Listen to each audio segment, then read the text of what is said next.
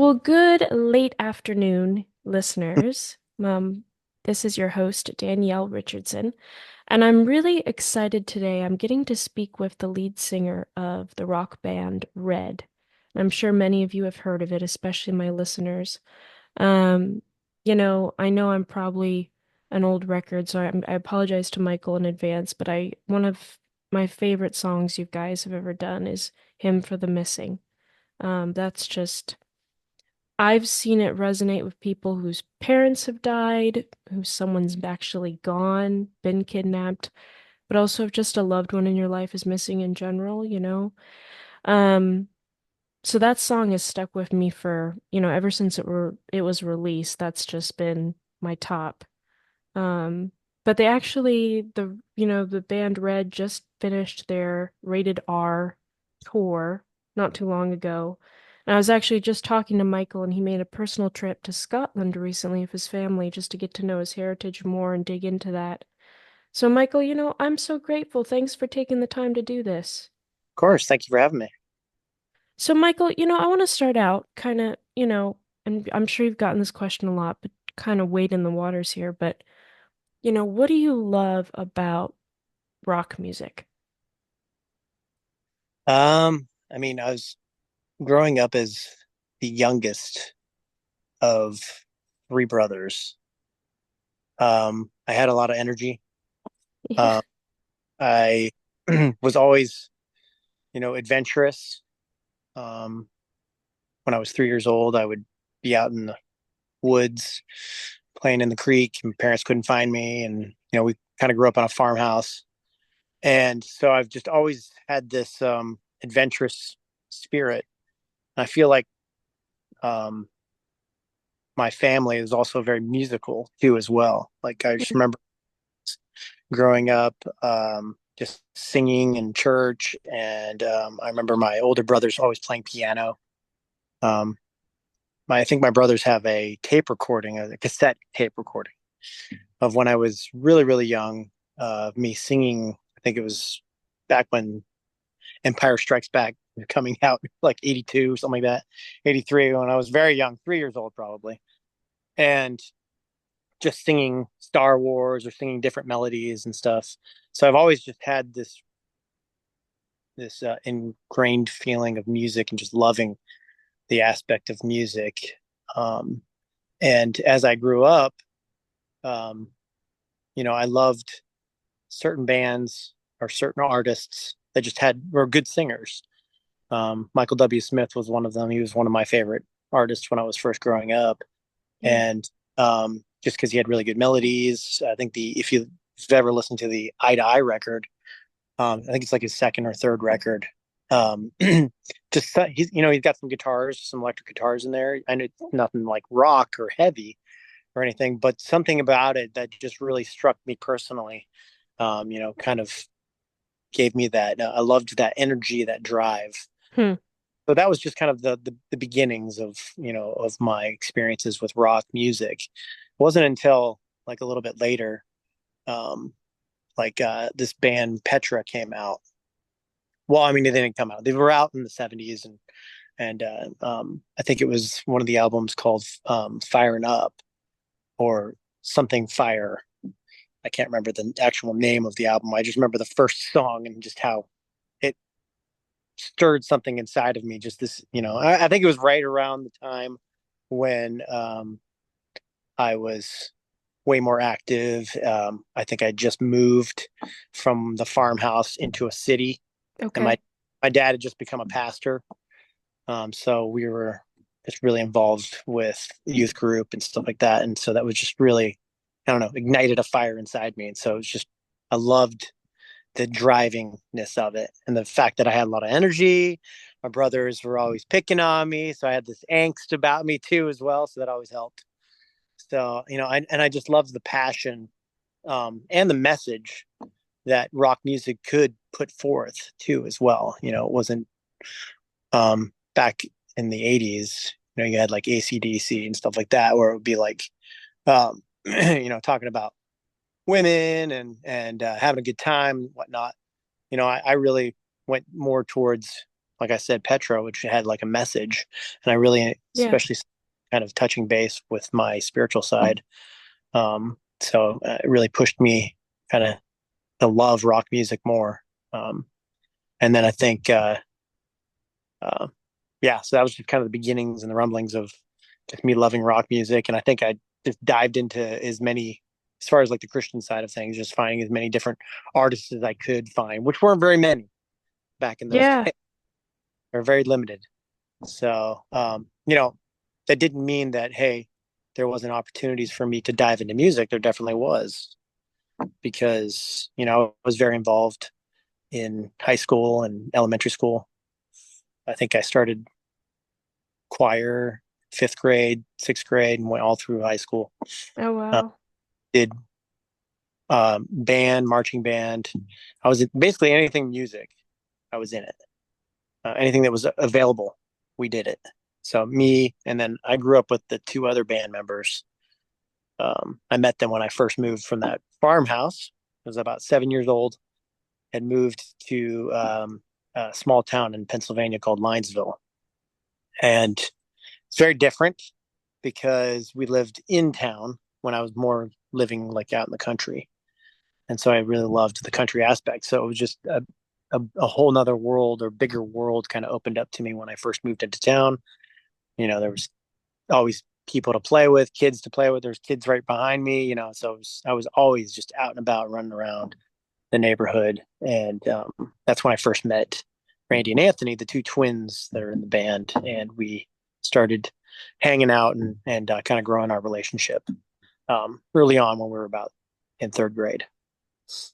You know, I mean, and please tell me if I'm wrong, but that's pretty unique for a band, isn't it? To stick together that long? Yeah, I would definitely say so. I mean, there's probably a few artists, I think of like U2, like they were probably met at a certain time, or you think of like the Beatles, where they met at a certain time and they stuck together for a long time. Um, for a band to start, at like, when they're 8 years old, 9 years old, Yeah. that's pretty unusual, I would think. I haven't heard many bands like that. It's usually like in college years or, after high school where they kind of meet and join a band and they kind of stick together. So I think that's helped with the longevity of the band because it's definitely not easy being out on the road. It has its trials. It's definitely not an easy thing, and it's not for most people, and that's why most bands break up. Yeah. Why do you think you guys haven't? I think it's just because we are hard workers. Okay. That's just been instilled to us when we were young. The twins, they didn't have any older siblings or younger siblings. They're just to themselves, but their parents were in the military. They're Marines, so they're very strict, and so I think they really raised them to have a good work ethic, and so that's a big part of I think being in a band is having a good work ethic because it's Yeah. not only making music, it's also a business too as well. So it's like how you run the business and how smart you are as far as like or diligent you are as to strive after the things that you want. So you really have to be focused. um a lot of people can lose themselves if they're not focused in the so I think that's a big part of it, of the twins having a good work ethic, and then just me growing up and having a good work ethic. I started working when I was 12. i was Okay. a I was a paper boy, and then just had many odds and end jobs and stuff. So actually went to college. Me and the twins went to college before we even joined or started working on the band at all. So we lived a little bit of life before we even moved to Nashville. What do you think you guys have kept that you still had as kids? Because I know a lot of times, we really separate childhood from adulthood and we're like, okay, now we're adults and we've moved on and we've learned. But I think there's some aspects of childhood that are precious and that kind of stick with a person, and maybe those things kind of continue on with them even in adulthood. Is there something you guys share as adults that you still shared as kids? Oh yeah, I mean, just all the memories that we had growing up. I mean, we were all involved in music, all three of us. Anthony was surprisingly the drummer. He played a snare drum in concert choir and in marching band, which now he plays electric guitar. And then Randy played trumpet. I played baritone. But then we were all like in choir, and I don't think Anthony was in choir, but me and Randy were in choir, and Randy does the background vocals. So we also did like some talent shows together. We also, when we started like writing music for ourselves, before then we covered like, I think Jars of Clay had come out recently. Hmm. Uh, we covered Flood. We covered a few other songs too as well. Um, but I think that just that passion of just kind of learning how to play as a band and loving um, the showmanship of just performing too as well. Just appreciating all that and yeah, just all the memories that we had growing up. As far as we grew up in a small town, so it's like we would get together and we'd go play out in the woods and uh, you know chase each other and pretend like we're shooting each other as GI Joe or pretend we had guns or stuff. Like when we were growing up, it's just we were just always out doing stuff. We were on cross country together as well. Like, I mean, the town that we lived in probably only a couple thousand people. It's a very small town, so Do you close. remember like a particular funny moment with you guys growing up? Uh, I mean, one of my favorite moments, and it's a moment that we've always kind of come back to, is when uh our when we were off to college, we would come back in the summertime, and me and Anthony, our guitar player, would work together. And we were roustabouts. We'd work in an oil and gas company, just fixing odd end jobs. It's a jack of all trades. What a roustabout means. You just do whatever they tell you. You dig holes and put in posts, or you know, fix a pipe here or there and whatnot. And you just do whatever you tell them, whatever they tell you to do. And we were out testing pipelines and like gathering information for them. And so we were out on a four wheeler, me and Anthony, and we're out kind of in the middle of nowhere. And we took a break, had a lunch break, and off in the distance there was like some, we're kind of in the middle of the field a little bit, but off in the distance there was some pine trees, and we started hearing like a movement in the pine trees, like a shaking. And I go, Anthony's like, "What is that?" And I go, "It's a freaking bear!" Like just the way I said it. We still to this day laugh about it. Like I'll just jump out of nowhere, or we'll hear something and I'll just say that same phrase.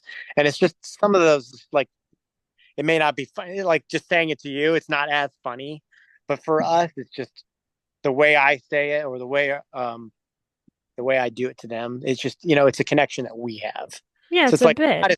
not as funny for everybody else, but it's just funny that at that moment we're like, "What is that?" And just for whatever reason, I just scream out like, "It's a bear!" Like, Was it a bear? no, it wasn't a bear, Oh, you but just did that on it, purpose? it was funny just the way the bushes were moving. It Oh. seemed like it was like you know some kind of vacation, family vacation, like silliness. Like all of a sudden a bear's gonna come out of nowhere in the wilderness and jump us. So just silly stuff like that. We just growing up doing and remembering, and it kind of come back to those moments, and just appreciate as kids remembering those times. And then a lot of the twins like to remember me always coming over their house. They never locked their back door. They would have this sliding glass door, their parents. And I always like would go around to different houses in the neighborhood because I was always just bored. So I'd go, hey, we didn't have cell phones back then, and nobody would answer their phones. So I'd go see if somebody's home. I'd be out in the town, like, hey, I'd go to some friend's house or get, after school, I'd go to some friend's house, knock on their door, they're not there. Go to another friend's house, knock on their door, see if they're there. But the twins, I would always slide their sliding glass door, and I'd go and wait for them until they would get home. And they'd always just laugh at how, like, we were basically family. I was basically family. They were basically family. At my house, because we would walk into each other's houses when we weren't even there. Did you eat each other's food and stuff and just make Of yourselves at home? of course, they Yeah. would. I ate more because they always had food. Their mom was a cook, and or she would always bake these little treats and stuff. So she was amazing, amazing cook. What is your favorite food now? I don't know. I mean, growing up, it was Spanish, like Spanish food, and I still do. I think Spanish is really kind of my favorite, but I mean, I like everything. I don't think there's anything I wouldn't eat. I like spicy, I think, the most Okay. spicy. So, but yeah, I don't know. Is there any food you hate? That's the thing. I was like, I don't know. I don't think so. My I have three family members that have celiac, so they can't have gluten. Okay. So I'm kind of the cook in my family, so I have to learn how to cook without getting gluten into our food. Oh, wow. Okay. And so gluten is pretty much in everything, uh, Yeah. except for like meats, vegetables, and then any products you have to kind of watch, even like spices can have gluten in it. And Yeah. then we have like separate toasters, separate pizza dishes. So we have to have everything separated. And so, So you'll still eat the gluten even, because I know some families where if everyone has gluten but one person, that person just goes gluten free too. yeah, so we're pretty much gluten free. The only thing I don't give up on is like I like toast. So I like to toast my bread. I like the certain bread I like. Um, I get at Walmart. It's called uh, Dave's Killer Bread, Good Seed. Yes, I've had it. Yeah. It's really good, and so it definitely has gluten in it. Oh But I think it's yeah. pretty tasty. So I have to have like a separate toaster for that, and then my wife has a separate toaster for her bread, and I make her bread special. So I have to use like a special almond flour, and then like a psyllium husk, which is like the husk of the um, wheat, Yeah. that gives you the fiber, but doesn't have any gluten in it. But So, what do they do on tour when you're not there? Do they still cook? Like, yeah, yeah, they still. okay. I was gonna say, it sounds like you're the chef. What happens when you're not home?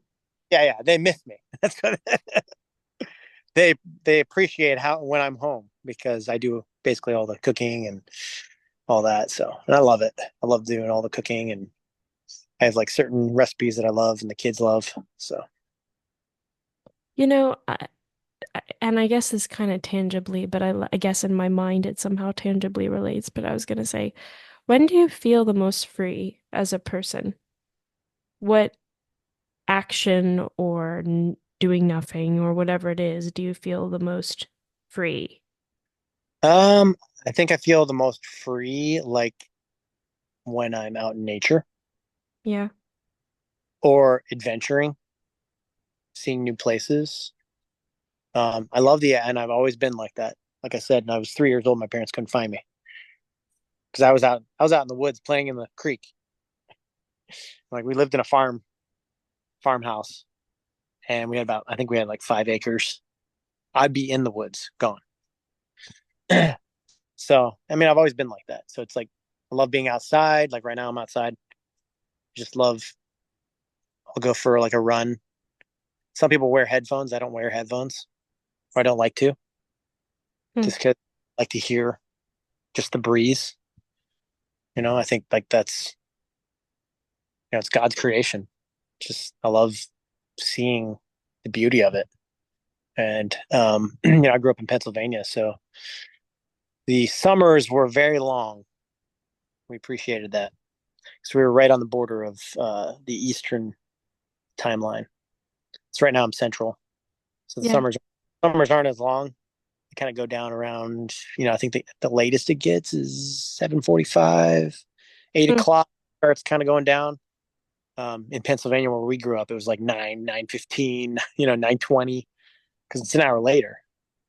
Or yeah, it's an hour later, and we're kind of on the cusp of the central line, central time zone, eastern time zone. So yeah, really appreciated that extra long summers. And here they only have summers are only two months, and the kids go back to school. We Oh, grew up with wow. Yeah, we grew up. We had 3 months of schooling. I don't know if you did. Did you guys have 3 months or are you 2 months?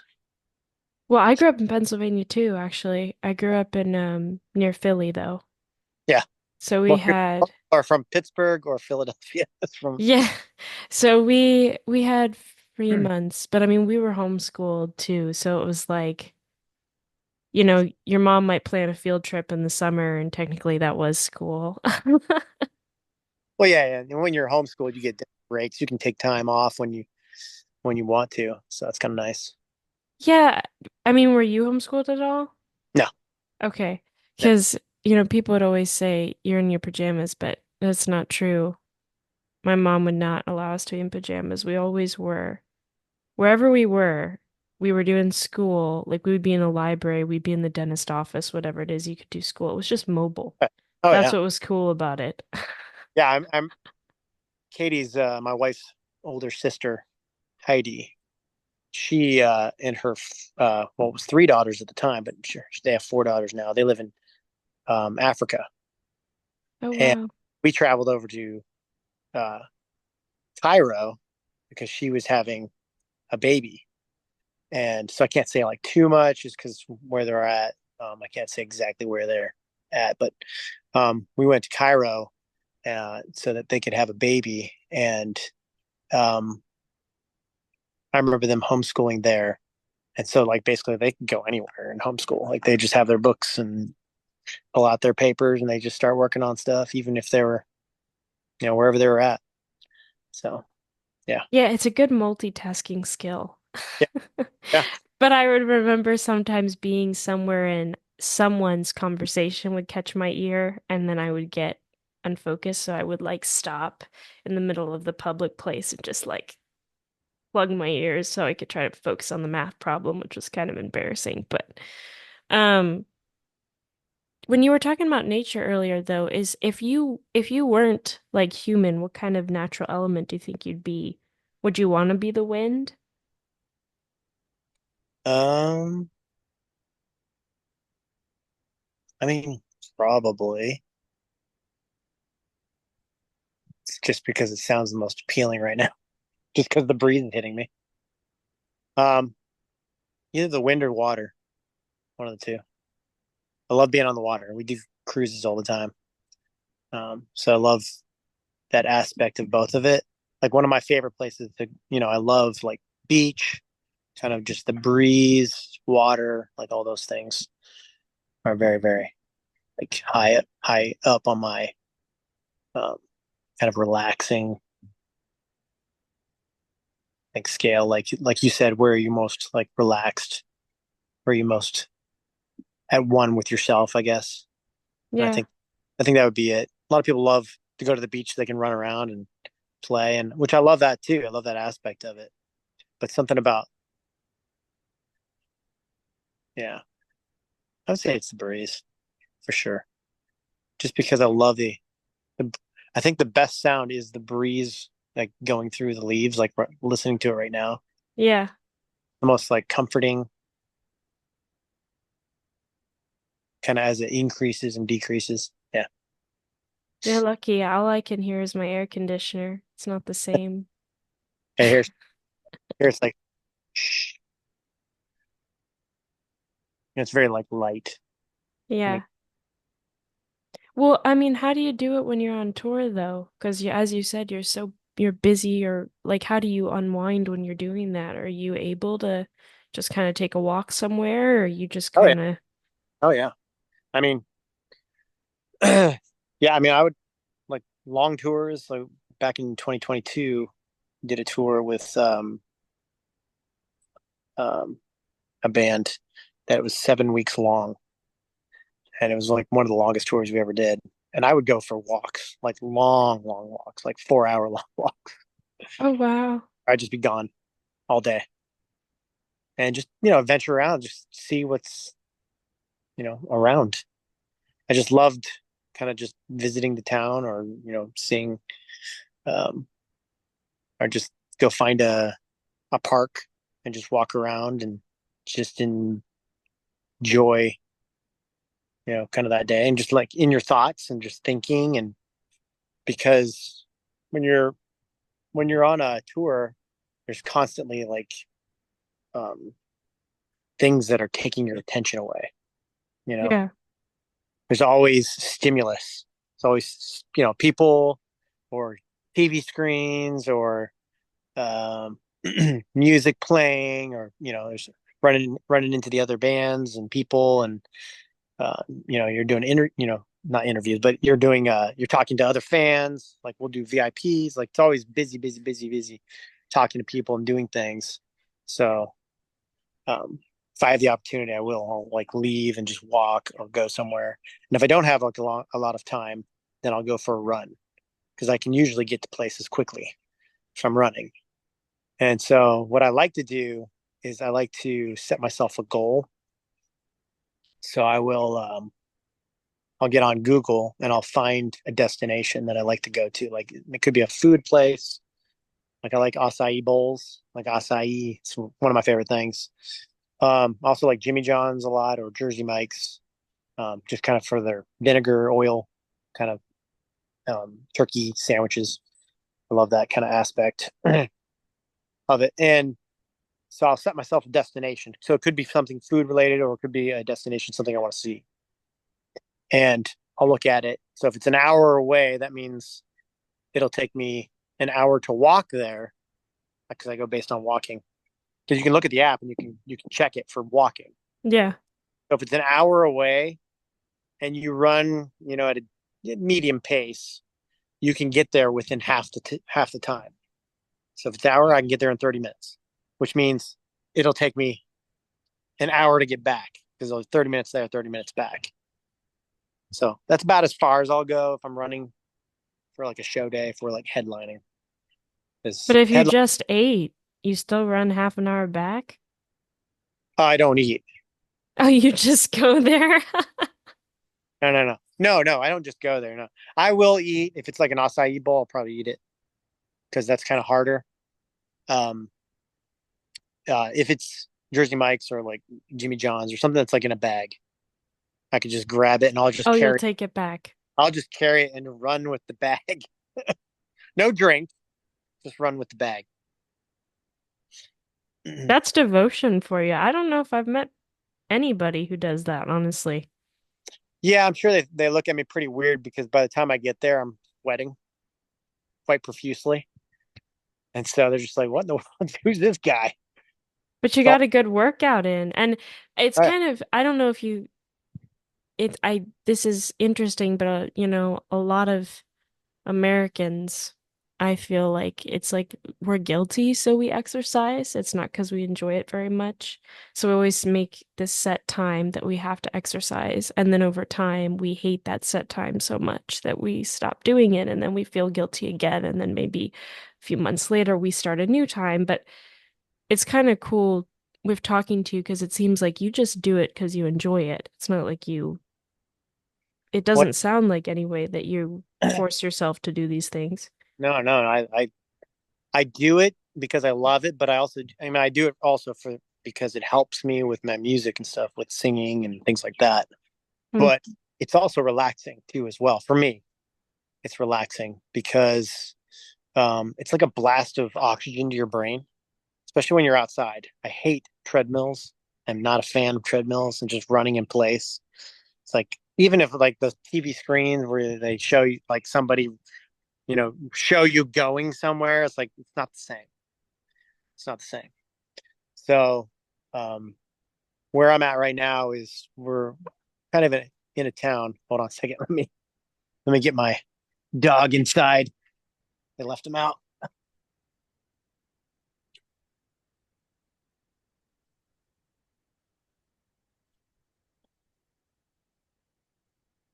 she's just gonna keep on barking, and nobody's gonna come get her.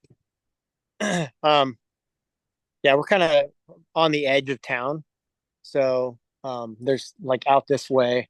There's some cows, and there's kind of just like open pasture land. So it really reminds me of like where I grew up. Hmm.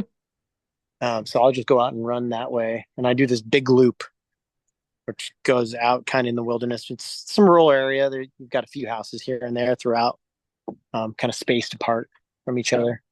So it's kind of reminds me of, yeah, reminds me a lot where I grew up. So Does your wife like to do it with you at all? she cannot. That's the funny thing is she, I was like the fastest in my gym class, and she was the slowest in her gym class growing up. Yeah, I would run the mile in like 5.5 minutes, and she would run the mile in like 12 minutes. Yeah. No, I relate to her. I understand. Yeah, she had all Did kinds of breathing problems, and I think she had some joint issues and stuff like that. How'd So you guys meet? Was it in school? no, no, I actually met her here in Nashville. Yeah, met her. I was moved with the twins back in 2002. Um, I graduated from college 2001, moved to Nashville 2002.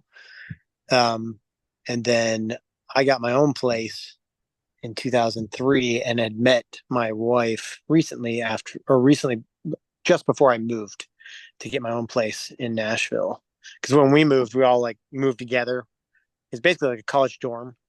It was me, Randy, Anthony, and then we fit three other guys into 3 bedrooms. So it's like we had 6 people in 3 bedrooms. Oh my gosh.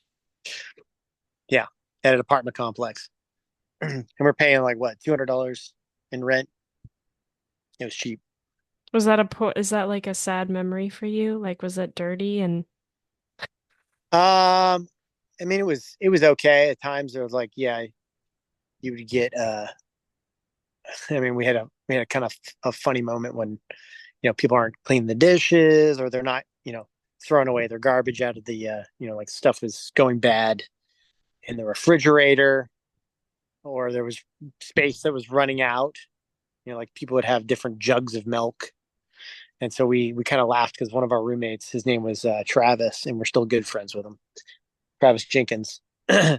And he, we came home, and he had this big like list of, you guys aren't doing these things, or you're not cleaning this, and you're not doing this, and whatnot. And he's like, and in the refrigerator, I combined the milks, and you just and whatever line the milk is at, that's your milk. And we're like, what? Are you combined the milk and then drew a line and said, this is your milk. you can only drink up to that line? That's funny. I was like, that doesn't make any sense. It's like you just mixed the milk, dude. It's like everybody's, bacteria is now all combined. So yeah, it was just silliness. How did you meet her then?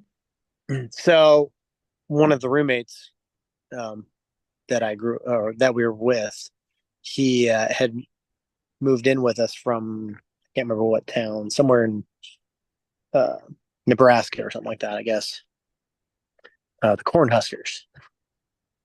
And his name was Ben Romans, and he was good friends with um, my wife's kind of like a next door neighbor. Okay. My wife, she's from Michigan, and at the time she had moved to Nashville to become a nurse practitioner. So she was work or studying at Vanderbilt, doing this bridge program to learn to be a nurse practitioner. And while she was doing that, she moved next to his best friend that they went to college with, my roommate. And so they had a birthday party. They got together, and I guess she was at the birthday party because he invited her, her neighbor.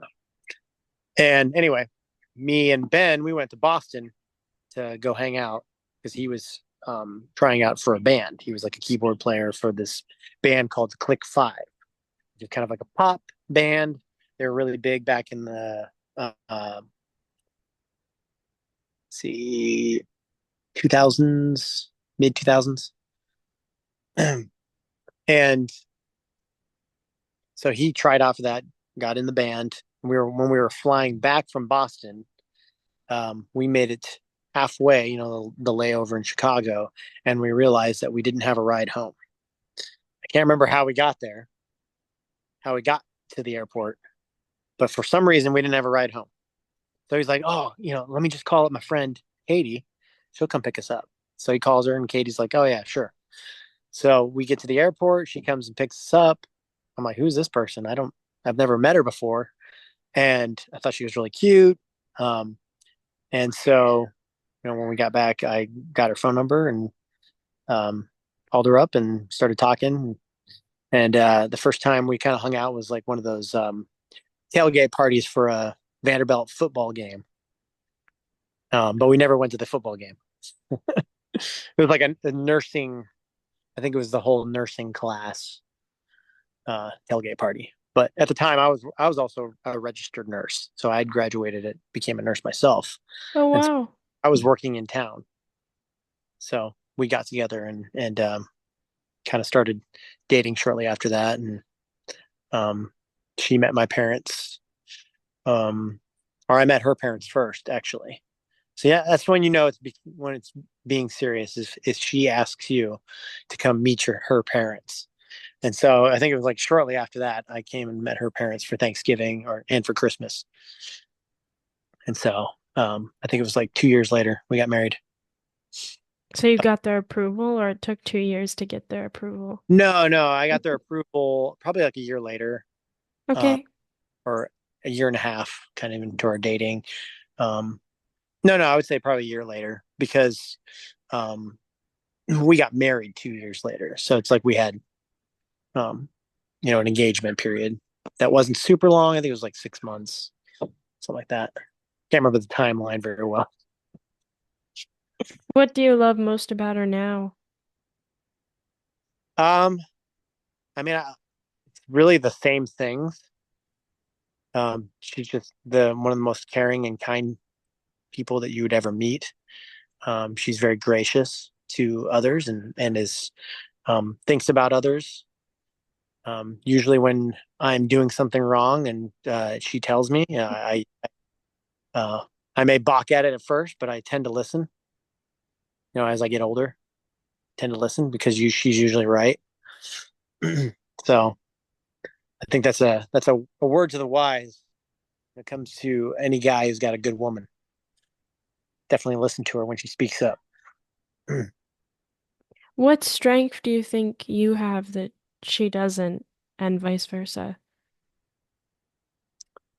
um, you know, definitely. I don't know as far as like characteristics. We're very good together as far as like we like a lot of the same things. Um, she encourages me in a lot of ways, and I encourage her in a lot of ways.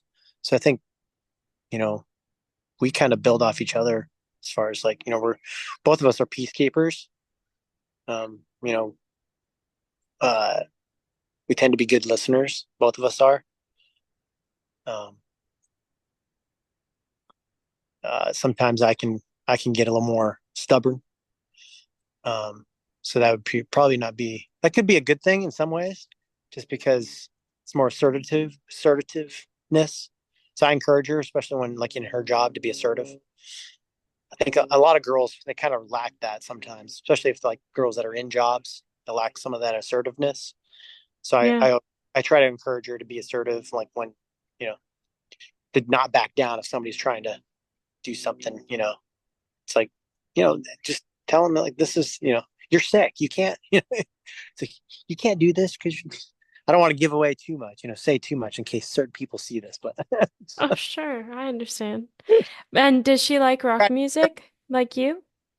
oh yeah, yeah, yeah. She liked. It was funny. Like one of her favorite bands.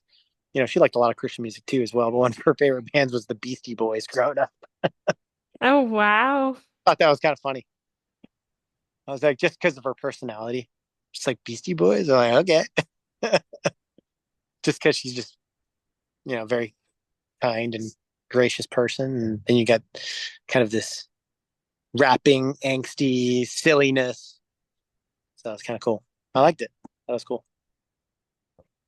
I did want to ask because I know you mentioned your faith a few times. Is there what what time in your life do you think it was the hardest to keep persevering in your faith? um, I think the hardest, and I think the hardest it would be for most people, is when you kind of first leave that support of your family, your parents, because I grew up kind of going to church. My dad was a pastor when I was 7 years old. And then when I went off to college, I had a pretty good support group of people around me. Um, like my roommate was a Christian, and a lot of the groups that I was surrounded by was like um, I can't remember what they're called, but it was like the student ministry group. And we'd always get together. So it's like, I think it's very helpful and very important. Yeah, Uh, community.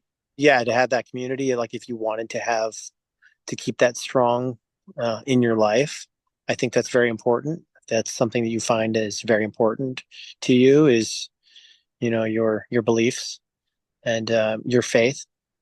A lot of people kind of balk at religion, which I agree. It's not religion; it's a relationship. Um, and so I think the hardest for me was when I first left to move to Nashville because I had to find my community in Mm, Nashville. You know, yeah. it's like Mm, I had the twins, but they were out with jobs and they're had working different hours. I was working midnight shift. Was it hard to find that community? I mean, it wasn't too hard because Nashville's the Bible Belt, so it's like there's a Yeah. there's a church on every corner. So it wasn't too long after where I met one of my good friends and still good friends today. His name's Perry, and our families are still friends, and he considers he considers us godparents to his children. Like we're just very Oh, wow. very close, and even though he's like an hour away, like he's on the opposite side of Nashville, and I'm on the other side, like the south side. He's on the north side, and even though it takes about an hour to travel, sometimes we'll meet in the middle, um, and we may not see each other like every few months may go by until we see each other again, but we can just pick right up. And so we've known each other probably since 2003, I think, because it was shortly after that. It was like a year after where I started. Um, I was going to church pretty close to Opryland. There's a Yeah. church that way where Opryland is, and so just kind of meeting with guys and stuff, and doing Bible studies with them, and just kind of growing in my faith. So that was a big part of it. I gotta say, I kind of envy you. You have friends for a long time. It's it's hard to maintain friendships that long. That's really neat. You must Yeah, be a good friend. he is a good friend. He's a really good friend, and when you find a good friend, it's like you got to make sure you cultivate that, and um, I was checking. gonna say you must be a good friend too. I'm definitely a loyal friend. Yeah. Definitely stick to the end. Because I've been friends with Randy and Anthony for a long time, and not to say that we haven't had our ups and downs. We have, but um, we're pretty loyal to each other. It's like we communicate and we work through our differences, and as we have grown older, we've become more mature and how we communicate with each other and how we work things out, and that, and we all have families and stuff, so we know that that's important too as well. Yeah. Yeah. So I think it's important, like each step of your life, to not just let things kind of slide and go without talking and communicating and working through the finer details. Because it's easier to just do your day to day Yeah. and living life without and putting things off and not talking about some of the more serious stuff, like about like your as the kids get older, things like that, or Yeah. um, with the band, different aspects of the band, and just I think communication is a big thing. So it's like always having that line of communication and making it feel like somebody can come to you and talk to you without getting you know bombarded with hate or anger or Yeah. but more like understanding, I guess. Yeah. So yeah, because I think especially with my kids too, it's like they're older. A couple of them are a little bit older, but I have one that's younger. He's 9. Um, and you want to have that open communication to when they do mess up or they see something at school um, or they see something online or on TV or something like that Yeah. to be able to be like talk with us about those things.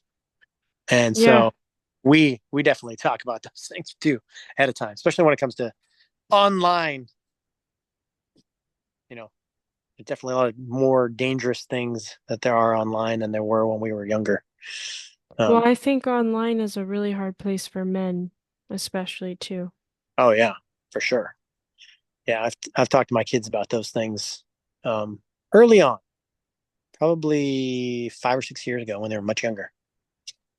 Yeah. Well, Michael, I want to be respectful of your time, but I wanted to ask you one more question. Sure. Just with you talking about being a loyal friend and parenting and all these things, what, when you were mentioning earlier that religion, Christianity is not religion, but a relationship with Christ, we say that it's said a lot, but I think very few people really explain or know what it means. It's kind of become a little statement that you wear in a t-shirt or a mug. Hmm. Um, but what do you love most about God? Because if you're in a relationship with him, you've walked with him for a while, and like you said, you have your ups and downs because that's what a relationship is. Hmm. What what do you love most about him? I just love that he's there through your ups and downs when tragedy could strike. Bad things could happen in your life.